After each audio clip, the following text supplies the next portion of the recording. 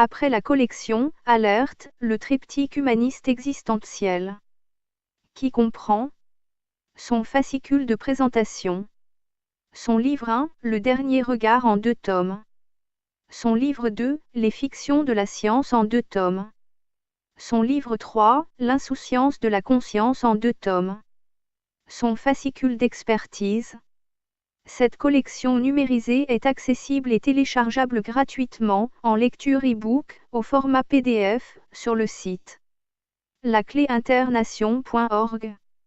Elle est également confectionnée en livre broché et accessible chez Amazon, au coût de fabrication et d'expédition, sans droit d'auteur ni d'éditeur. Livre français, Philippe Vaisseau. Au format A4 et aussi en collection luxe tout en couleur. À un tarif promotionnel, actuellement, au quart du tarif en librairie. Et également la seconde collection. Les populations esclaves. Son livre 1, Économie. Son livre 2, Entité. Son livre 3, Science. Son livre 4, Social. Son livre 5, Spiritualité. Cette collection numérisée est accessible et téléchargeable gratuitement, en lecture e-book, au format PDF, sur le site lacléinternation.org. Elle est également confectionnée en livre broché et accessible chez Amazon, au coût de fabrication et d'expédition, sans droit d'auteur ni d'éditeur. Livre français, Philippe Vaisseau. Au format A4 ou en livre de poche. À un tarif promotionnel, actuellement, au quart du tarif en librairie. Nous vous proposons maintenant le dernier ouvrage, Humanoïde du même auteur-éditeur. Vous pensez tout savoir sur le fonctionnement de la société humaine? Vous allez avoir des surprises.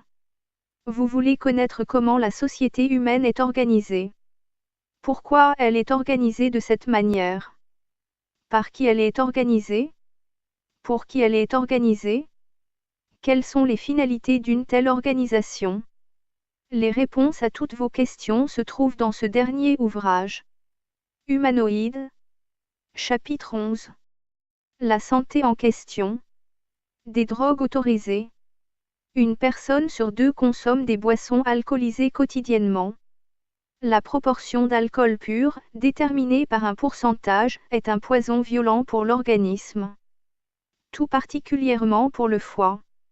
La plupart du temps, les conséquences sont bénignes, tant que la consommation reste occasionnelle.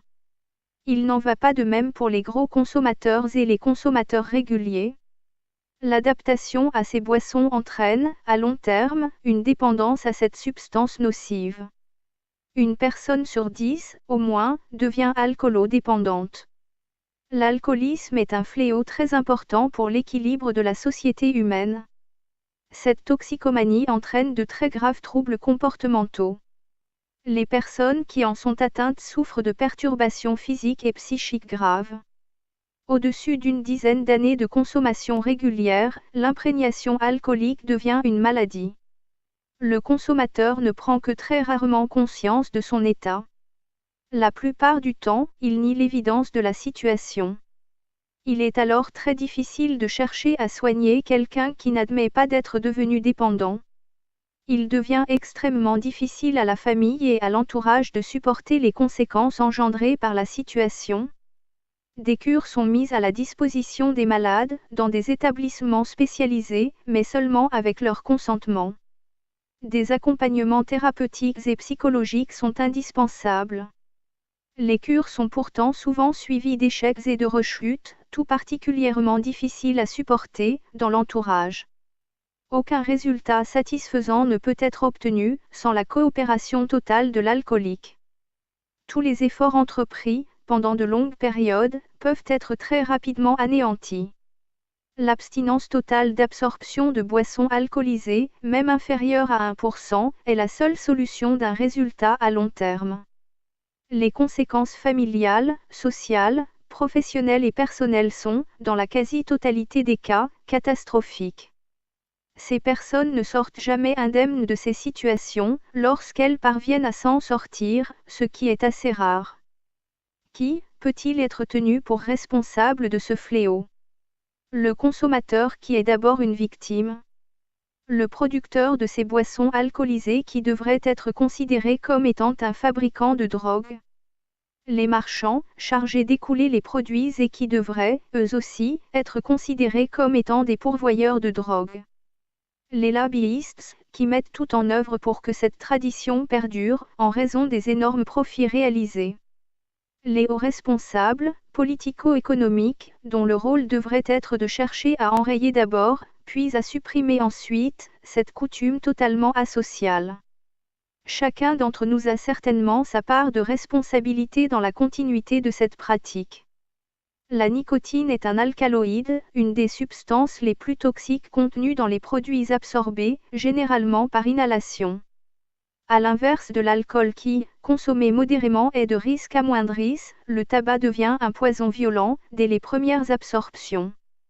La dépendance y est quasi immédiate, contrairement aux affirmations des consommateurs qui n'ont pas conscience de l'irréversibilité de la situation. Quelques semaines, même de petites consommations, suffisent à entraîner une dépendance définitive. Son aspect attrayant a longtemps été montré comme acteur social valorisant. Cette habitude d'apparente désinvolture est particulièrement sournoise auprès des jeunes. Des substances sont artificiellement ajoutées aux substances naturelles afin d'accroître la dépendance. Ces produits tabagiques agissent directement sur le système nerveux central, avec des répercussions immédiates. Pour cette culture aussi, les producteurs sont des fabricants de drogue. Les marchands sont évidemment les principaux pourvoyeurs de cette drogue. Les lobbyistes détiennent des fortunes colossales et sont de véritables machines de guerre à l'encontre de la santé publique. Les hauts responsables, quelle que puisse être leur volonté, n'ont aucun moyen de lutter contre ce fléau, même lorsqu'ils ne sont pas corrompus. Les groupes de pression sont beaucoup trop influents et performants. La cible principale des industries tabagiques sont les adolescents, récupérés de plus en plus jeunes. Leurs influences sont très sournoises et très sophistiquées. Contrairement à l'alcoolisme, il n'existe pas de centre de désintoxication qui soit efficient. Il n'existe pas non plus de volonté d'en créer. Il n'existe pas, en conséquence, de thérapie adaptée qui soit efficace. Seule, une très grande volonté permet à quelques intoxiqués de s'en sortir, souvent après de multiples rechutes. Le tabac est lui aussi un poison violent aux conséquences irréversibles. L'entourage est directement impacté par le tabagisme et il crée des dégâts, tout aussi importants pour eux que chez celui qui consomme directement. Le tabagisme passif, imposé par les tabagiques, est souvent insupportable et très mal accepté. De nombreux éléments cancérigènes sont libérés dans l'atmosphère, tels que de l'ammoniac, de l'arsenic, du benzène, des hydrocarbures, et causent de nombreuses maladies cardiovasculaires, des cancers du poumon, des sinus. Tous ces éléments sont tout particulièrement invalidants chez les nourrissons et chez les enfants. D'autres façons d'absorption de produits divers, par l'inhalation de fumée, sont tous dangereux pour la santé des fumeurs ou des non-fumeurs. Pourtant l'alcool et le tabac, qui sont des drogues, autorisées dans la quasi-totalité des pays, sont la cause de centaines de milliers de morts prématurées, chaque année. D'autres substances, peut-être pas davantage invalidantes, sont interdites de culture et de commercialisation. Cela n'empêche évidemment pas aux organisations criminelles et mafieuses d'en tirer des profits économiques gigantesques, souvent avec la complicité tacite des hauts responsables. Là aussi, la corruption permet de maintenir une économie parallèle. Des atteintes à la santé. La santé pourrait être atteinte de différentes façons. Les chanterelles ou programmes d'aérosols stratosphériques consisteraient à asperger la haute atmosphère de particules extrêmement fines, avec un quadrillage méticuleux, à l'aide d'avions gros porteurs. Le ciel devient alors laiteux. Cela pourrait être pour préserver l'humanité des conséquences causées par le réchauffement climatique en constituant un bouclier chargé de réfléchir les rayons solaires, telle serait, en tout cas, la thèse avancée par les officiels en charge de ces programmes. Cela pourrait aussi servir à inoculer les populations, selon une hypothèse moins officielle. Dans quel but, là est toute la question. Des campagnes de vaccination massive pourraient être organisées de cette façon, toujours dans un but, soi-disant humanitaire. Comment la pertinence de tels projets peut-elle être contrôlée?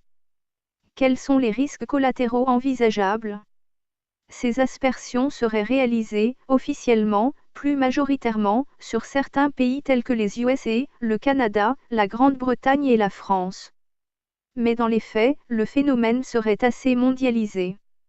Ces opérations secrètes, sont-elles réellement faites dans l'intérêt des populations? Les particules relevées au sol font état de traces d'aluminium, de barium, de strontium 83, de titane, etc. Ces éléments contaminent l'eau et le sol dans des proportions assez dévastatrices et irréversibles, particulièrement pour les systèmes biologiques naturels. Avec l'accumulation des doses, les dégâts deviendraient irréparables. La toxicité de l'aluminium n'est plus à démontrer, en s'accumulant dans l'eau et dans le sol avec des taux de concentration extrêmes. Cet agent chimique perturbe les métabolismes et crée des cancers à terme chez les animaux, mais aussi chez les humains. Sous l'appellation de « maîtrise de la météo », ces programmes auraient été mis en œuvre depuis 50 ans déjà. Il se serait agi au début d'une technique de restructuration du climat. Il pourrait en fait s'agir d'une vaste campagne établie par le Nouvel Ordre mondial, destinée à affamer des millions de personnes pour pouvoir mieux contrôler l'expansion démographique humaine. S'agirait-il d'une procédure planifiée? Un groupe de l'élite mondiale aurait-il programmé la destruction des 2/3 de l'humanité afin de mieux pouvoir assurer le contrôle d'un volume réduit de cette humanité? De nombreux signaux d'alerte le laisseraient présager. Cette élite aurait peur, selon certaines sources d'information et en raison de leur politique économique globale, d'un débordement des populations en révolte, qui risquerait de devenir alors incontrôlable. Les conséquences immédiates de ces aspersions, en haute altitude, auraient déjà des effets directs. L'air deviendrait toxique, l'eau se chargeant en métaux toxiques, le serait également et les aliments seraient aussi contaminés. Ce mélange serait sans aucun doute très lourd de conséquences. Les produits chimiques ainsi déversés affecteraient aussi les forêts. D'autres atteintes à la santé seraient plus insidieuses. Une très grande partie des prescriptions médicales n'aurait aucune justification. Radio, scanner, prise de sang, prescription de médicaments, intervention chirurgicale. Il y aurait des excès qui touchent tous les domaines de la médecine, du geste le plus anodin à celui qui peut devenir le plus invasif. Énormément d'actes médicaux seraient abusifs. Comment ne plus devoir, ni pouvoir, faire confiance en la médecine ou à son médecin? Des pratiques médicales qui ne serviraient qu'à faire de l'argent. Des praticiens qui ne considéreraient les patients venant les consulter que comme des animaux, envers qui ils peuvent s'octroyer tous les droits. Des médecins ou des chirurgiens malhonnêtes ne seraient pas nombreux. Heureusement, mais ils ne seraient dénoncés par personne et en aucune façon. Cela rend donc plus difficile encore la possibilité de confiance qui puisse leur être accordée. Dans le secteur privé, par rapport à l'hôpital public, le chiffre d'affaires et le but lucratif sont primordiaux. Cependant, le secteur public serait lui aussi soumis à la notion de rentabilité. Son mode de financement s'appelle la tarification à l'activité. À chaque acte correspondant une enveloppe financière, versée par les caisses d'assurance maladie. Donc, plus il y aurait d'actes, plus l'hôpital en serait rémunéré et par voie de conséquence, mieux rémunéré. Le praticien suivrait également cette logique. De ce fait, les effets pervers du privé auraient été mis en place dans les hôpitaux. Certaines régions, comme Paris et la Provence-Alpes-Côte d'Azur, seraient tout particulièrement situées dans le rouge. Or tout cela se ferait sans analyse des résultats. La conséquence globale de tout cela, c'est que les hôpitaux augmenteraient leur chiffre d'affaires régulièrement, chaque année. L'argent deviendrait alors le seul moteur de cette logique inflationniste, au détriment, bien évidemment, des malades. Mais il y aurait aussi la peur des tribunaux. En cas d'échec de diagnostic, les praticiens auraient tendance à multiplier les actes de contrôle, afin de se couvrir d'un éventuel risque d'erreur. Cet argument n'explique pourtant pas que la pratique des césariennes par les obstétriciens aurait été doublée en 20 ans. Lesquels praticiens justifieraient leurs actes inflationnistes par le principe de précaution, sans que cette pratique puisse supprimer les risques de décès ou d'autres conséquences tout aussi désastreuses. Les chiffres seraient là pour le préciser. Il s'agirait donc surtout d'une dérive faite au détriment de l'intérêt des patients. En effet, les accouchements par césarienne présenteraient des risques très conséquents pour l'enfant. Ils seraient surtout 3 fois plus élevés pour la mère. Il y aurait aussi une stratégie de vente des médicaments, harmonisée par de grands groupes pharmaceutiques et industriels, lesquels financeraient de très grosses campagnes d'information, permettant de développer leurs campagnes commerciales qui s'ensuivent. Ces promotions massives feraient du médicament un bien de consommation incontournable et leur marketing serait parfaitement rodé. Seul, le profit serait pris en considération et en aucun cas la santé du patient, qui ne serait, de leur point de vue, qu'un consommateur. Cela expliquerait notamment l'usage particulièrement abusif des psychotropes. Il semblerait que les 2/3 des prescriptions ne seraient absolument pas justifiées. Des aberrations de prescription provoqueraient cette surconsommation, qui aurait bien évidemment des conséquences financières, mais surtout de très graves conséquences de santé publique. Les personnes qui surconsomment, à l'origine bien portantes, deviendraient progressivement réellement malades. Des associations de médicaments, non compatibles entre eux, seraient également prescrites, pouvant provoquer et provoquant de très graves pathologies, ultérieurement. À cela s'ajouterait une incompétence flagrante des médecins, submergés par une pharmacopée exagérée, ne bénéficiant d'aucune formation véritable sur les nouveautés. En faculté de médecine, les élèves ne recevraient que 2 mois de cours, en ce qui concerne les médicaments, sur leurs 6 années d'études. D'autre part, la formation médicale en continu des médecins serait financée en quasi-totalité par l'industrie pharmaceutique elle-même. Par ailleurs, les congrès et autres séminaires seraient aussi subventionnés par les industriels pharmaceutiques. Les médecins, d'autre part, auraient tous leurs frais de déplacement, pour aller y assister, entièrement pris en charge, toujours par le même système. Il y aurait encore et surtout cette attitude, de la majorité des praticiens, se considérant tout-puissants, et dont le savoir ne devrait en aucun cas être remis en cause. Il serait à l'évidence indispensable que le corps médical, constatant les abus, les dénonce afin d'assainir cette discipline nécessaire à la société humaine. En opposition, la solidarité entre médecins y serait, elle, implacable. Le code de déontologie de ce corps précise, dans son article R 4127 à 56, les médecins doivent entretenir entre eux des rapports de bonne confraternité. Ils agiraient même, selon les milieux renseignés, de méthodes identiques à celles des corporations secrètes. L'assurance maladie elle-même se considérerait sans pouvoir de contrôle, ni de l'activité, ni de la pertinence des actes du corps médical. Le corps médical n'aurait donc, de ce fait, aucun compte à rendre à qui que ce soit.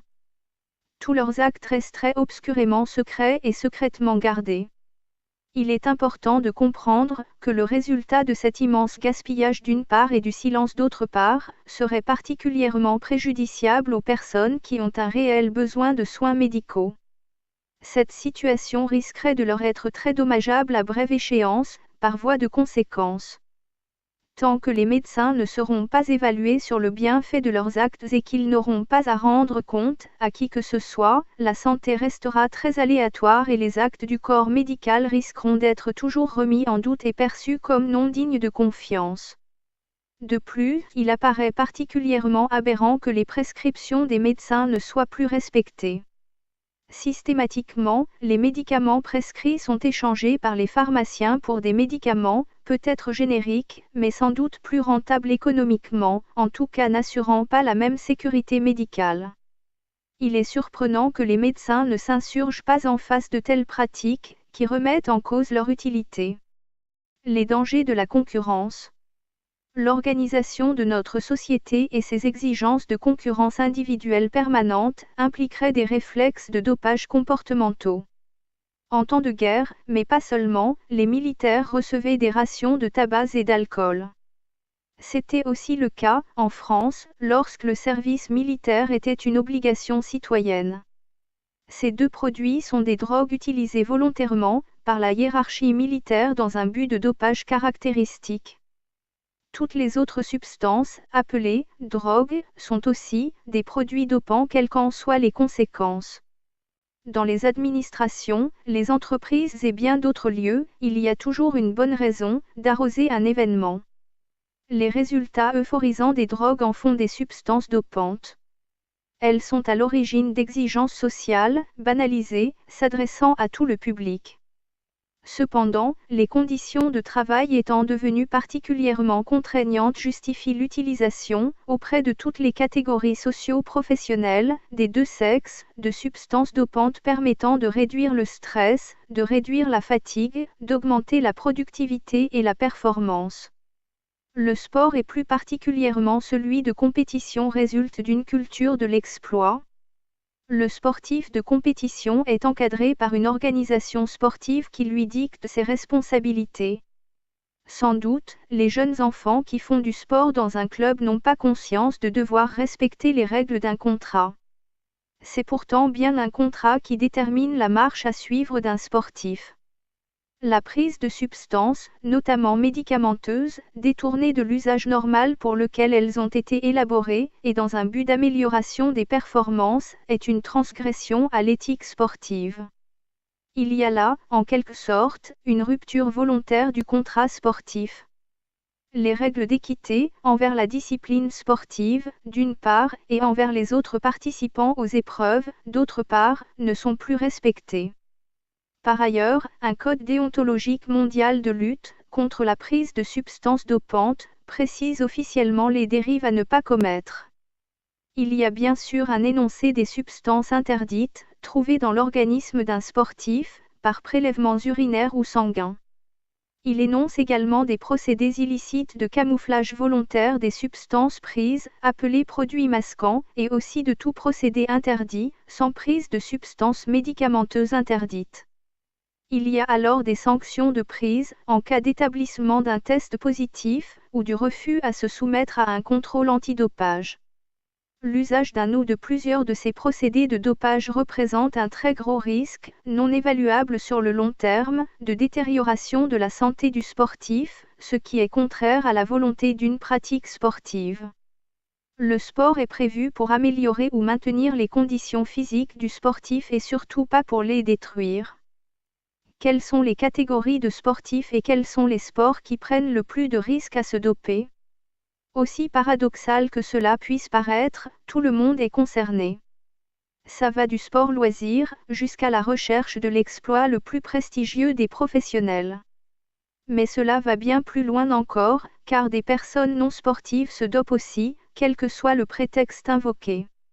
Les produits dopants dits sociaux sont eux aussi interdits par la loi, à part ceux qui sont implicitement autorisés, comme les boissons alcoolisées et les substances inhalées, qu'elles contiennent ou pas des nicotines. Des substances médicamenteuses, prescrites par des médecins puis délivrées par des pharmaciens, telles que celles prévues pour l'amélioration des performances sexuelles, féminines ou masculines, doivent aussi être considérées comme des produits dopants, étant détournés de leurs usages prévus par les laboratoires. Tous dopés, pourquoi? Pour gagner, ou bien, pour ne pas perdre, tous les motifs sont bons. Qu'en sera-t-il des dopages génétiques, actuellement pratiqués sur les cellules musculaires? Des procédés de fractionnement et de remplacement des identités génétiques, dans le codage du génome, seraient déjà envisagés.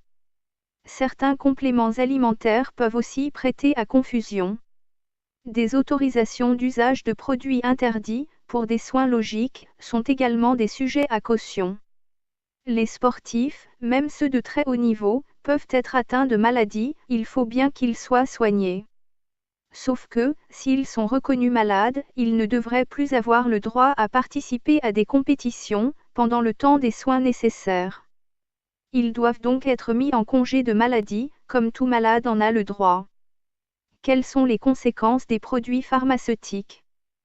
Tous les médicaments dits efficaces présentent des effets secondaires indésirables. Qu'en est-il des conséquences des doses administrées à un compétiteur, qui sont jusqu'à 500 fois supérieures à une prescription normalement préconisée. Ces cobayes, que sont les sportifs, bénéficient-ils d'un suivi médical?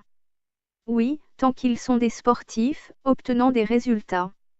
Il s'agirait alors, plus, d'une assistance au dopage, mais pas du tout sur la recherche des conséquences à long terme. Les médecins du sport de haut niveau sont des alchimistes irresponsables et inconscients. Ils connaissent les risques secondaires des produits qu'ils proposent à leurs sportifs. Il est même possible de les désigner comme des dealers aux pratiques mafieuses. Une médecine d'amélioration étant mise en exergue et prenant le pas sur une médecine thérapeutique permet de cacher le vrai sujet. De plus, lorsqu'ils ne sont plus dans le circuit de la compétition, les sportifs n'existent plus. Aucun suivi ne permet de déterminer l'exacte nocivité des substances ainsi utilisées et surtout des mélanges, de produits ou de méthodes, aux conséquences dévastatrices. Les dégâts peuvent être physiques, mais aussi psychiques et psychologiques avec des répercussions irréversibles. Si vous rencontrez un ancien sportif, ne lui demandez pas s'il s'est dopé, il vous suffira d'observer son état de santé à son âge. La pratique d'un sport, même de haut niveau, améliore d'une façon radicale les performances physiques et de longévité, s'il n'y a pas eu de dopage. Qui profitent réellement des dopages administrés aux sportifs, ou qu'ils s'administrent eux-mêmes? D'abord les industries pharmaceutiques, qui de plus en plus souvent, créeraient de nouvelles molécules, dans le seul but du dopage des sportifs. Elles en tirent un profit double, puisqu'elles vendent des produits extrêmement onéreux, à des personnes qui leur servent gratuitement de cobayes humains. Elles sont surtout inconséquentes quant à la reconnaissance des liens entre les pathologies particulières et spécifiques liées aux produits utilisés, quand ce n'est pas une négation totale. Or il s'agit, souvent à long terme, de déficiences de santé extrêmement lourdes et parfaitement répertoriées par les anciens sportifs, mais aussi pour les déséquilibres économiques causés dans les structures des soins, en général. Des études épidémiologiques très bien structurées ont été réalisées, dans ce but, avec d'excellents résultats. Il convient de mettre en garde les responsables sportifs sur les valeurs d'organisation de la société humaine et de ses structures. Ensuite, les organisations des approvisionnements sont mafieuses, par voie de conséquence, puisqu'illégales. Ce sont, généralement, des structures internationales de production, de conditionnement et de reconditionnement. Et, bien sûr, de distribution avec la nécessité, en fin de parcours, de filière du blanchiment de l'argent par les sommes colossales récoltées. Il convient aussi d'observer que l'entourage du sportif qui se dope est complice, volontaire ou non, à son insu ou de son plein gré. Il s'agit de la famille, mais surtout des responsables de clubs ou d'équipes, des équipementiers, des organisateurs d'épreuves, des médias d'information ou de diffusion des épreuves ou des comptes rendus et enfin des distributeurs de produits dérivés. Un autre élément est à prendre en considération, c'est celui des paris, et surtout des paris truqués qui sont la clé de voûte de tous les abus, y compris celui du dopage obligé. Il ne s'agit plus là, du simple trucage dans les sports, mais de la mainmise de la criminalité internationale sur tous les sports avec toutes les conséquences que l'on ne peut que déplorer, y compris la corruption des plus hautes instances dans les fédérations nationales et surtout internationales. Existe-t-il des moyens efficaces pour lutter contre le dopage? Les services de police, de gendarmerie et de douane se sont mobilisés pour identifier les réseaux de distribution. Les gouvernements ont plutôt tendance à faire semblant de lutter. Des organismes tentent de se mobiliser, avec d'énormes difficultés, en face des systèmes mafieux très opérationnels et tout particulièrement fonctionnels. La tolérance a longtemps été la règle et elle continue toujours à l'être, pour le plus grand nombre des disciplines sportives dont la question du dopage est très efficacement éludée. Quelques résultats ponctuels ont quand même été obtenus, mais pas dans tous les sports, malgré les pressions exercées de toutes parts. Certaines fédérations sportives sont beaucoup trop puissantes économiquement. Il s'y est instauré une culture du dopage qui neutralise toute tentative d'assainissement. On fait surtout semblant de contrôler, pour faire croire à une honnêteté sportive, dont personne n'est dupe. Lorsqu'un sportif est pris la main dans le sac, c'est souvent un concurrent de niveau inférieur, ou, qui dérangeait. Les plus rusés, si on peut les appeler ainsi, ne sont jamais pris. Sauf s'ils ont la prétention de vouloir se lancer en politique, auquel cas les sanctions sont alors immédiates. Toutes les instances du sport, de haut niveau, sont convaincues de l'inefficacité des contrôles antidopage. Mais il y a plus grave, parce que la plus grande majorité des dopés ne se situe pas dans le haut niveau du sport. Le dopage s'effectue surtout, dans une très large proportion de populations de sportifs amateurs échappant à tout contrôle, qui utilisent des produits médicamenteux ou autres, particulièrement dangereux. Pourtant, en raison de notions éthiques, éducatives et surtout de santé des sportifs, il devient impératif de combattre, le mieux possible, ce fléau social qu'est le dopage sportif. L'éthique sportive est bien compromise par la tricherie et la négation d'une pratique prohibée. Cependant, si l'éthique est d'abord le résultat de considérations particulières, d'un instant, d'une géographie ou encore d'une rhétorique, le dopage prend alors une toute autre dimension. L'image du sport est dégradée par son potentiel économique malsain. Le dopage détruit le potentiel biologique. Le dopage prive les sportifs des vraies valeurs du sport et hypothèque très sérieusement leur santé, dans le long terme. La répercussion des informations, sur le dopage et sur les dopés, de la part des médias, nationaux et internationaux, est particulièrement arbitraire, selon le sportif et la catégorie des sports répréhensibles. Et par ailleurs aussi, dans le comportement même des commentateurs sportifs qui optimisent les performances et les records. Il est pourtant possible de démontrer pourquoi il est si important de ne pas se doper, au cas par cas. Il n'y a, actuellement, aucun modèle sérieux de prévention et d'éducation des sportifs, à quelque niveau que ce soit. Il n'y a que très peu d'espoir qu'une prise de conscience de ce fléau social soit sérieusement entreprise, prochainement. Le problème du dopage soulève aussi d'autres interrogations. Une personne adulte a-t-elle le droit de faire ce qu'elle veut de son corps, de choisir, en toute connaissance de cause, de s'exposer à un danger probable, pour un profit déterminé? S'agirait-il d'une forme de suicide? A-t-on le droit de se suicider de cette manière? Ce sont là des systèmes de valeurs de l'humain, très difficiles à déterminer. Une vie longue, sans préférence ni déterminisme, dépourvue de projets et d'ambitions, est-elle préférable à une vie, risquant d'être plus courte, aux ambitions démesurées? À défaut de longévité, la gloire est-elle préférable? La sélection des compétiteurs, pour une épreuve d'un nombre limité, n'est-elle pas la première démarche vers des abus de valeur, à partir de prédispositions intrinsèques? N'en est-il pas de même, pour une sélection d'embauche d'un employé? Est-ce que, pour autant, les valeurs puissent-elles être démontrables, rationnellement?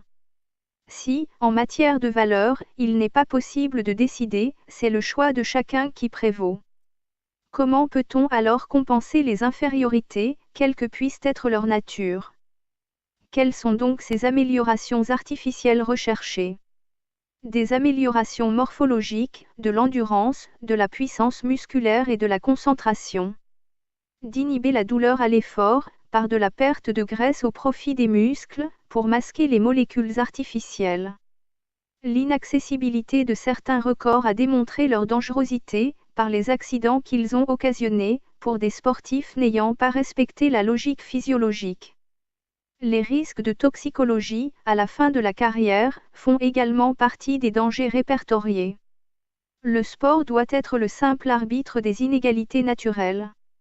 Même à partir d'un entraînement intensif et que ce soit le meilleur qui gagne? Où peut-on alors situer le moment de la transgression des valeurs répertoriées, si le sport sert à défendre l'égalité des chances? La liberté d'une personne est pourtant en concurrence avec l'égalité des chances, devant être accordée à chacun et la fraternité envers tous.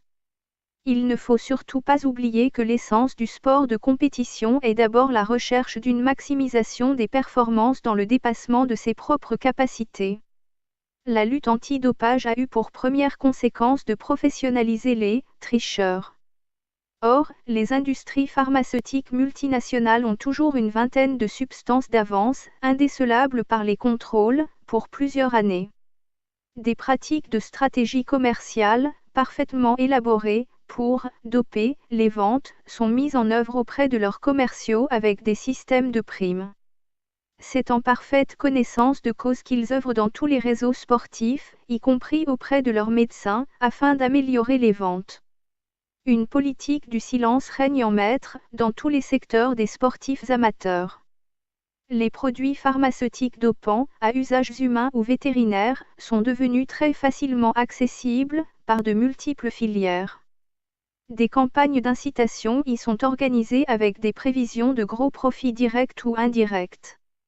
Ce sont les clubs d'amateurs qui approvisionnent, en concurrent, les équipes professionnelles internationales. D'autre part, les grandes firmes médicamenteuses s'attaquent, maintenant, aux enfants des clubs sportifs, pour accroître leurs bénéfices. Il apparaît alors totalement illusoire que l'éradication du dopage puisse exister prochainement. Cependant, hors de tout dopage, la dangerosité du sport, par accident, n'est plus à démontrer, quel que puisse être le niveau de sa praticabilité. A contrario, il ressort d'études très pointues et qui ont beaucoup surpris, qu'une espérance de longévité de vie est très largement supérieure à la moyenne des autres individus, pour ce qui concerne tous les sportifs ayant pratiqué d'une manière particulièrement intense et surtout les sportifs de haut niveau. Et aussi d'autres atteintes. Une géoingénierie serait-elle une réalité? Une technologie déguisée en observatoire pour une étude de l'ionosphère? Le dispositif, HAARP, installé en Alaska serait-il simplement testé ou serait-il opérationnel? Il pourrait être à l'origine d'événements collatéraux imprévus. Il s'agirait d'une arme militaire, au pouvoir insoupçonné, propageant des ondes à très basse fréquence, mais de très grande puissance, de plusieurs milliards de watts. Des événements naturels, de plus en plus violents se déroulent sur notre planète. Sont-ils si naturels qu'on cherche à nous le faire croire? Des modifications du temps, des tremblements de terre, des raz de marée, tsunamis, pourraient déjà avoir été l'œuvre de ce dispositif. Une guerre climatique pourrait-elle menacer l'humanité? L'utilisation, par les militaires nord-américains, russes et chinois, de ces nouvelles technologies scientifiques, aurait-elle amplifié les désastres naturels, déclenché d'autres désastres, moins naturels?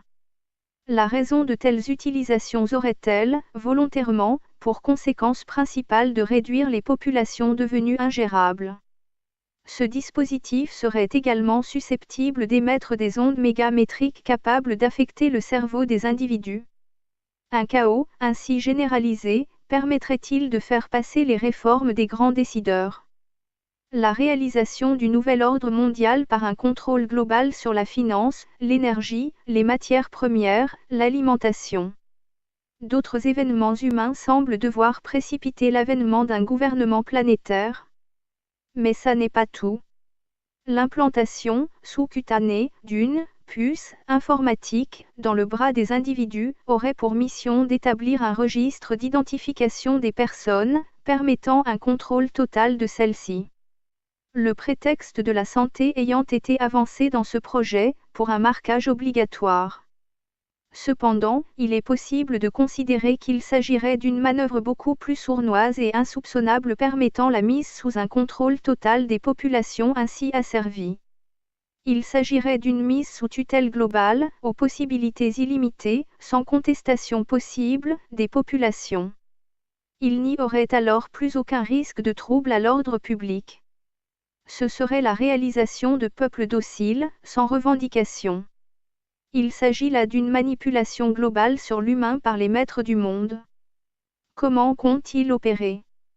D'abord, par la réalisation d'une stratégie de diversion et en empêchant les peuples d'accéder aux connaissances essentielles de la science, de l'économie, de la psychologie, de la neurobiologie, de la cybernétique, etc. Puis, par un détournement systématique de leur attention sur des sujets sans intérêt. Ensuite, par la mise en œuvre d'une série de mutations décidées par les élites. Créer des situations afin de déclencher des demandes de résolution de problèmes, permettant d'appliquer les mesures que l'élite souhaite faire appliquer, tout en laissant croire à une organisation de la démocratie, violence urbaine, attentats, crise économique, etc., afin d'obtenir des lois sécuritaires et répressives. avec, en corollaire, le recul et la suppression des droits sociaux, le démantèlement des services publics, tout ça au détriment des libertés. Pour faire accepter une mesure inacceptable, a priori, il suffit de l'appliquer progressivement, dans le temps.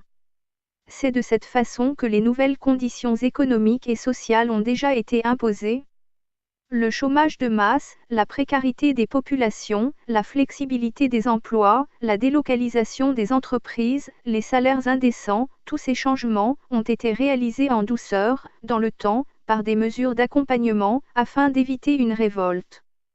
Faire accepter astucieusement des réformes impopulaires en les présentant comme étant applicables dans le futur, en faisant croire qu'elles seront pour les autres générations et donc sans sacrifice immédiat, et que même, si cela s'arrange, ça pourrait être évité. Ce procédé laisse du temps aux populations de s'habituer tranquillement à de profondes réformes et de les accepter avec résignation. La monnaie européenne en est une triste illustration. La plupart des arguments, comme les slogans publicitaires, ont un discours et un ton très infantilisant. Le message est alors reçu, avec une forte probabilité, de totale absence de sens critique. Des études psychologiques ont démontré la particulière efficacité du processus. L'appel à l'émotionnel est une autre tactique permettant de supprimer toute analyse rationnelle. Il permet, en particulier, d'accéder par le subconscient à des réflexes de peur, de pulsions et de comportements. Il devient alors très important de maintenir les populations dans l'ignorance et l'incapacité de comprendre. C'est aussi de cette façon que les religieux ont toujours agi pour maintenir les peuples sous contrôle.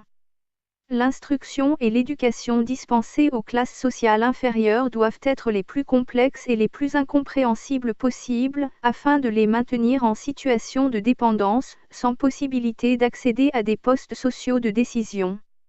Une autre méthode est celle d'encourager les peuples à se complaire dans la médiocrité, en les incitant à la vulgarité et à l'inculture. Enfin, la méthode la plus efficace est de faire croire que l'individu est seul responsable de son malheur, à cause de ses incompétences, de ses incapacités, de ses ignorances et de sa fainéantise. De cette manière, les peuples, au lieu de se révolter contre les responsables de leur situation, se culpabilisent et s'établissent en un état dépressif qui les installe en situation d'inhibition à l'action. Les progrès fulgurants des technologies, détenus par les seules élites dirigeantes, leur ont permis d'élaborer une hiérarchie implacable. Les nouvelles connaissances en psychologie appliquée, en biologie et neurobiologie, leur ont permis d'acquérir une parfaite maîtrise des populations et de les asservir physiquement et psychologiquement. La diffusion, en masse, des drogues qui servent aussi le système. Ce système de contrôle détient les pleins pouvoirs sur les peuples, grâce à toutes ces connaissances, totalement ignorées, par eux. Cela s'appelle une stratégie de manipulation des masses. La propagande des moyens d'information consiste d'abord en une stratégie de distraction. Elle est l'élément principal du contrôle des populations. Cela consiste à détourner l'attention des citoyens des grands problèmes et des grands changements orchestrés par les élites. Il s'agit tout simplement d'inonder les systèmes d'information, de les orienter par un déluge continuel de distractions et d'informations insignifiantes.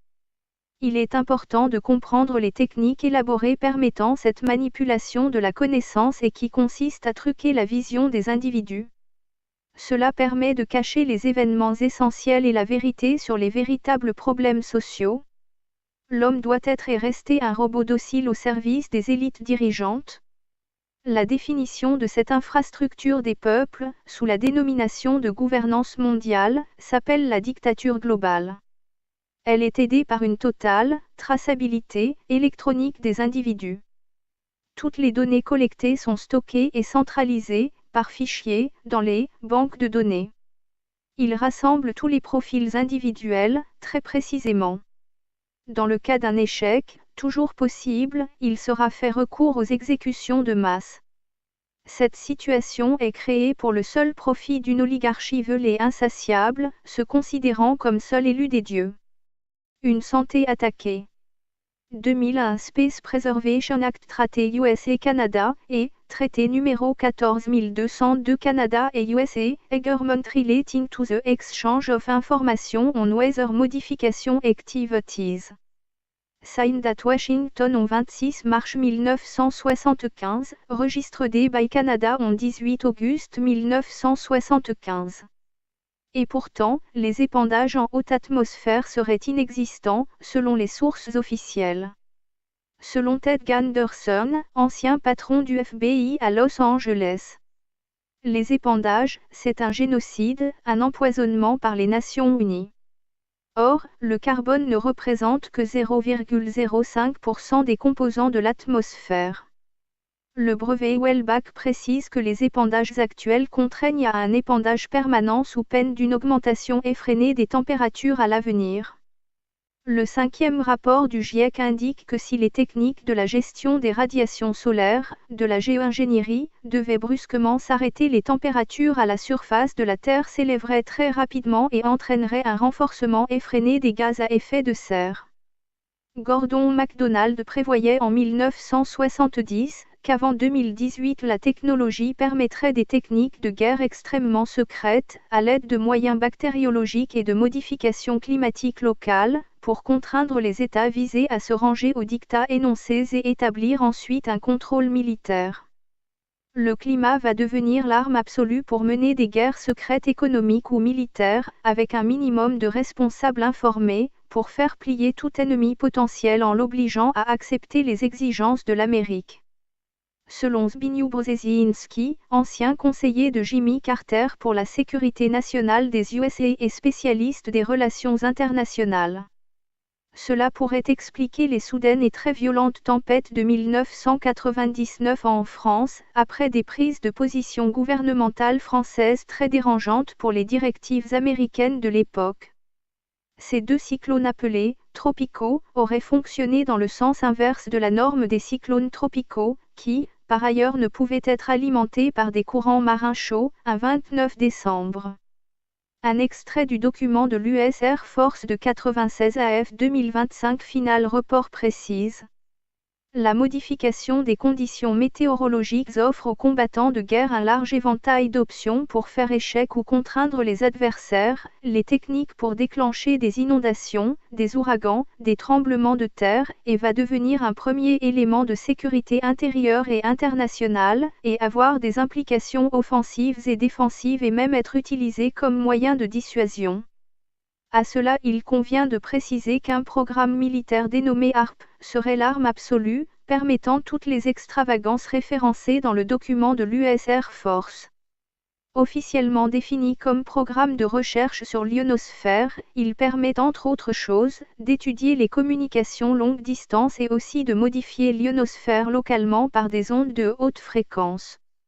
Celui, plus connu, qui est situé à Yukon en Alaska, possède 180 antennes de 20 mètres de hauteur, reliées à un émetteur de 20 millions de watts de puissance, selon le brevet d'invention de Nikola Tesla, parmi les 700 déposés, utilisant 95 tonnes de diesel et rejetant 7 tonnes de déchets quotidiennement pour pouvoir fonctionner.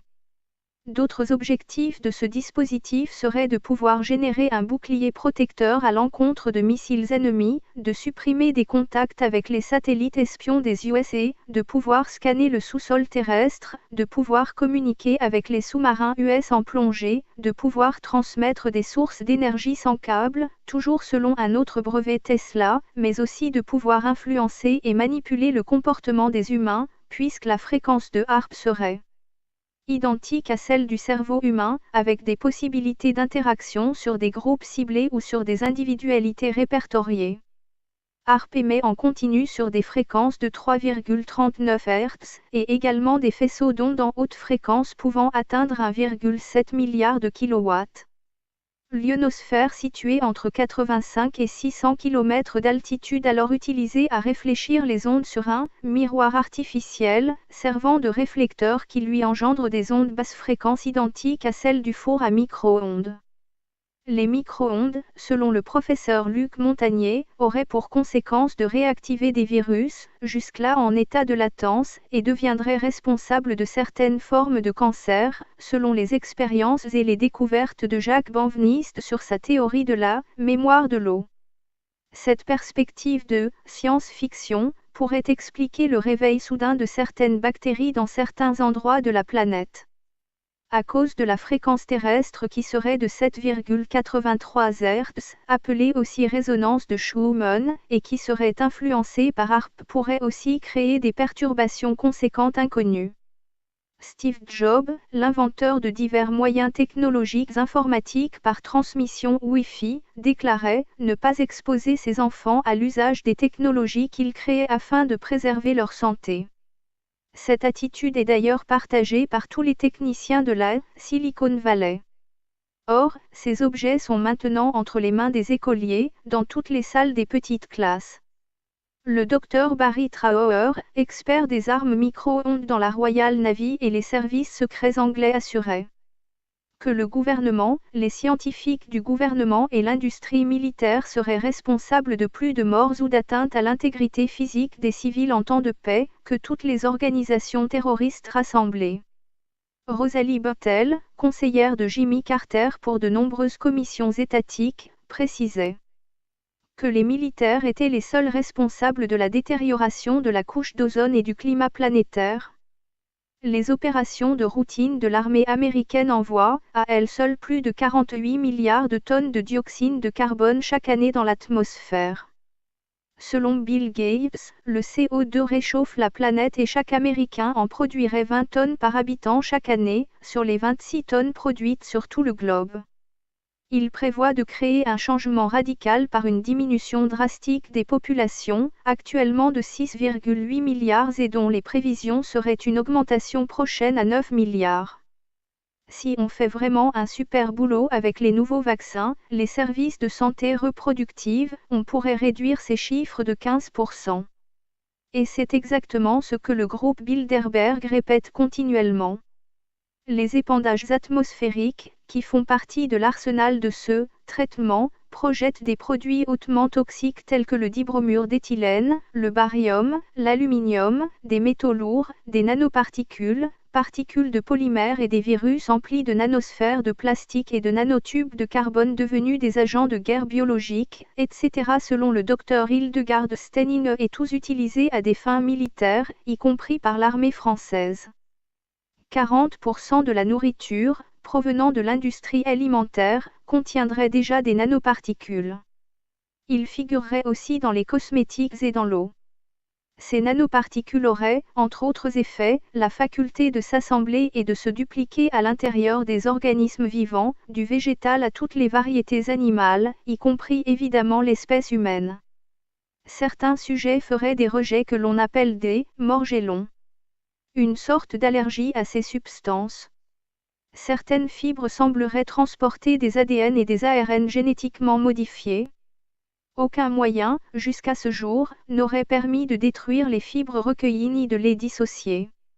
Selon l'AFSE, l'Agence de sécurité sanitaire et de l'environnement, ces nanoparticules circulent à travers tout l'organisme, franchissant aussi la barrière hémato-encéphalique chargée de protéger le cerveau, et aussi à travers le placenta des fœtus. Ils s'accumulent dans tous les organes essentiels dès leur ingérence par les voies respiratoires ou digestives. Une bactérie, appelée Agrobacterium est un genre de bactéries communes du sol et plus particulièrement du sol parcouru par les racines des plantes, dit sol rhizosphérique, serait utilisée pour la transformation génétique des organismes génétiquement modifiés, par l'intégration d'un fragment d'ADN à l'intérieur du génome, à partir des plantes jusqu'aux animaux, en neutralisant leurs systèmes immunitaires et en produisant des acides aminés génétiquement modifiés. Monsanto aurait breveté des plantes génétiquement modifiées, résistantes à l'aluminium, permettant ainsi la destruction de tous les autres végétaux non munis de ce transfert génétique. Cela n'est pas un hasard, non plus, si Monsanto, créateur de l'agent orange, possède aussi la première société américaine de climatologie, la boucle est bouclée. Une autre aberration consiste à ce que l'organisation, Rothschild et compagnie, possède la première société mondiale de cartographie. Celle qui permet de déterminer les cartes de météorologie. Cela permettrait-il d'annoncer à l'avance les modèles d'influence prévus pour le climat de la planète? Un autre schéma organisationnel des populations semblerait devenir, à partir du contrôle climatologique, celui de la nourriture du globe assorti des guerres économiques programmées. L'organisation transgénique des peuples est sous leur contrôle. Monsanto, DuPont et BASF régulent les 90% des semences désormais accessibles. L'indépendance alimentaire est désormais entre les mains de ce cartel. Mais il pourrait y avoir bien pire. John P. Holdren, conseiller scientifique auprès d'un ancien président des USA, alors en exercice, aurait écrit: une mise en place d'un programme de stérilisation des femmes, après leur second enfant, se réaliserait à partir d'une capsule, étant implantée à la puberté et pouvant être amovible, après une permission officielle d'enfanter, pour un contrôle de naissance. Une population mondiale totale comprise entre 250 et 300 millions de personnes, soit une baisse de 95%, par rapport aux niveaux actuels, serait idéale. Selon Ted Rurney, fondateur et exploitant de CNN. Il conviendrait donc de se préparer à un collapse humain, soit à un effondrement de l'espèce humaine. Selon David Brower, premier directeur exécutif du Sierra Club. La grossesse devrait être un crime punissable contre la société, à moins que les parents aient une licence du gouvernement. Tous les parents potentiels devraient être tenus d'utiliser des contraceptifs chimiques et des antidotes seraient alors donnés par le gouvernement aux citoyens choisis pour procréer. Même les hauts responsables du régime nazi du Troisième Reich allemand n'ont pu être accusés d'un tel génocide programmé, sur leur banc du procès de Nuremberg, et selon Margaret Sanger, fondatrice du planning familial, de préciser, la chose la plus miséricordieuse qu'une grande famille peut faire pour un de ses enfants, est de le tuer. Alberto Giubilini, Department of Philosophy, University of Milan, et Francesca Minerve, Centre for Applied Philosophy and Public Ethics, University of Melbourne, auraient publié un article dans le Journal of Medical Ethics de Melbourne. Nous croyons que lorsque des situations similaires à celles justifiant l'avortement se produisent après la naissance, on devrait être autorisé à ce que nous appelons l'avortement post-natal. Donc dire que le meurtre d'un nouveau-né peut être éthiquement acceptable dans les circonstances telles que celles d'un avortement. Ces circonstances comprennent, outre les handicaps, les cas où le nouveau-né a le potentiel d'avoir une vie décente, mais le bien-être de la famille est en danger. Tout semble vouloir s'organiser autour d'un contrôle de la reproduction humaine, au même titre que pour les semences et pour la reproduction animale. L'être humain ne serait-il pas tout simplement aussi une variété animale? Et Aldous Huxley de surenchérir. Il me semble parfaitement plausible qu'il y ait dans une ou deux générations, un moyen pharmacologique pour que les gens aiment leur servitude, produisant ainsi une sorte de camp de concentration pour des sociétés entières afin que les gens privés de liberté aiment ça, parce qu'ils auront perdu tout désir de se révolter grâce à la propagande, le lavage de cerveau provoqué par des méthodes pharmacologiques. Tout s'installe pour créer une société d'élite choisie, dotée d'esclaves très performants à leur service. Google lui-même s'est inscrit dans un vaste programme de transhumanisme, de la recherche génétique et du génie génétique. Selon Zbigniew Brzezinski, une telle société sera dominée par une élite dont le pouvoir reposerait sur un savoir scientifique supérieur. Libérée des valeurs traditionnelles libérales, cette élite n'hésiterait pas, pour parvenir à ses fins, à utiliser les dernières techniques modernes pour influencer la conduite humaine afin de garder les populations sous une étroite surveillance. Extrait de la conférence de Claire Sévrac, La guerre secrète contre les peuples, décédée à 68 ans d'un cancer, foudroyant, selon la version officielle. Il est devenu indispensable que le public prenne conscience des risques pris par les activistes bénévoles qui informent gratuitement et sans jamais compter leur temps sur des thèmes aussi dérangeants et tabous. Oui, clairement, ils risquent leur vie et ce n'est pas être complotiste que de le rappeler. Toutes les collections. Alerte, le triptyque humaniste existentiel. Et les populations esclaves sont téléchargeables gratuitement, au format PDF, en lecture e-book sur le site internet lacléinternation.org. Ces deux collections, également accessibles en livre broché au format A4, en collection luxe, tout en couleur et en livre de poche, sont en vente chez Amazon, livre français, Philippe Vaisseau. À un tarif promotionnel, actuellement, au quart du tarif en librairie. Vous pouvez aussi cliquer sur le logo « Livre Amazon » dans la page d'accueil de notre site internet lacléinternation.org. Ce dernier ouvrage, humanoïde, est accessible dans les mêmes conditions. La totalité des deux collections ainsi que ce dernier ouvrage, humanoïde, sont en conférence vidéophonique sur YouTube et répartis par chapitre.